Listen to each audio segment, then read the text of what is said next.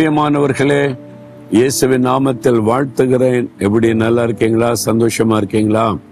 இந்த இடம் பாக்குறீங்களா? அங்க ஒரு கொடிக்கம்பம் பாக்குறீங்கல்ல, அதாவது வளைகுடா நாடுகளிலேயே ரொம்ப உயரமான கொடிக்கம்பம் இது.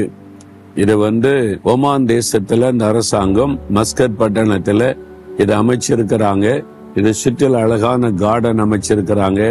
பார்க்கவே ரொம்ப அழகா இருக்கிறது. அந்த பக்கம் பாத்தீங்கன்னா ஒரு பெரிய மெயின் ரோடு, எப்பவும் கார்கள் போய் வந்து கொண்டே இருக்கிறதை பார்க்க முடியும். இது ஒரு அழகான ஒரு பட்டணம், மஸ்கட் பட்டணம் என்பது எனக்கு ரொம்ப பிடிக்கும். இந்த பட்டணத்துல வாக்கிங் போறது ரொம்ப நல்லா இருக்கும். அது மாதிரி ஒரு அழகான பட்டணம். உலகத்துல ஒவ்வொரு பகுதியிலும் தேவன் ஒவ்வொரு அழகை வைத்திருக்கிறார். எல்லா நாட்டிலுமே அழகான பகுதிகள் இருக்கிறதை நீங்கள் பார்க்க முடியும். மனிதர்களுக்கு ஞானம் கொடுத்து அதை அழகுபடுத்துகிற கிருபைகளை ஆண்டவர் தருகிறார். நாமும் கூட தேவன் கொடுத்த ஞானத்தினால நம்முடைய வீட்டை, நம்ம இருக்கிற இடத்தை அழகுபடுத்தி வைத்துக் கொள்ளணும். பார்க்கறதுக்கு ஒரு மன ரம்யமாய் இருக்கணும். சுத்தமா, அழகாய், நேர்த்தியாய் சில செடிகள், மரங்களை எல்லாம் வளர்த்து நாம் அதை உருவாக்கி கொள்ளணும். தேவன் அந்த ஞானம், அந்த பலனை தந்திருக்கிறார்ல, நாமும் அதை செய்யணும். சரி, இந்த நாள் ஆண்டவர் எனக்கு என்ன வார்த்தை தருகிறார்னா, ஏசாயா 51 22 இதோ தத்தளிப்பின் பாத்திரத்தை உன் கையிலிருந்து நீக்கி போடுகிறேன் அப்படின்னு ஆண்டவர் சொல்றார்.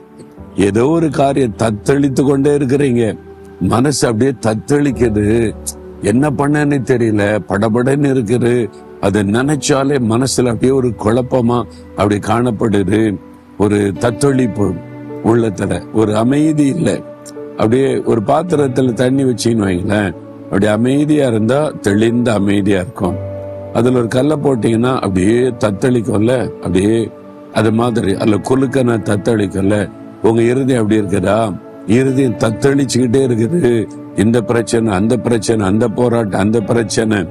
ஆண்டவர் சொல்றாரு, தத்தளிப்பின் பாத்திரத்தை உன் கையிலிருந்து நான் நீக்கி போடுகிறேன்.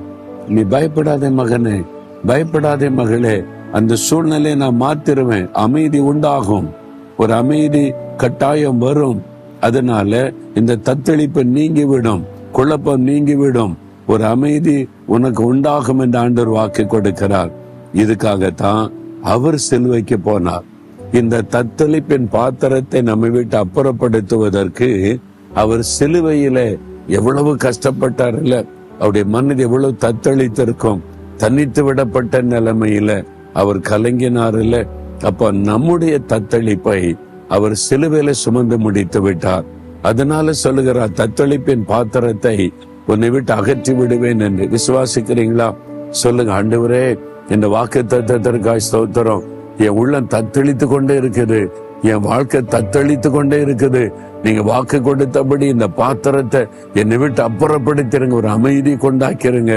இயேசுவின் நாமத்தில் ஆமேன், ஆமேன்.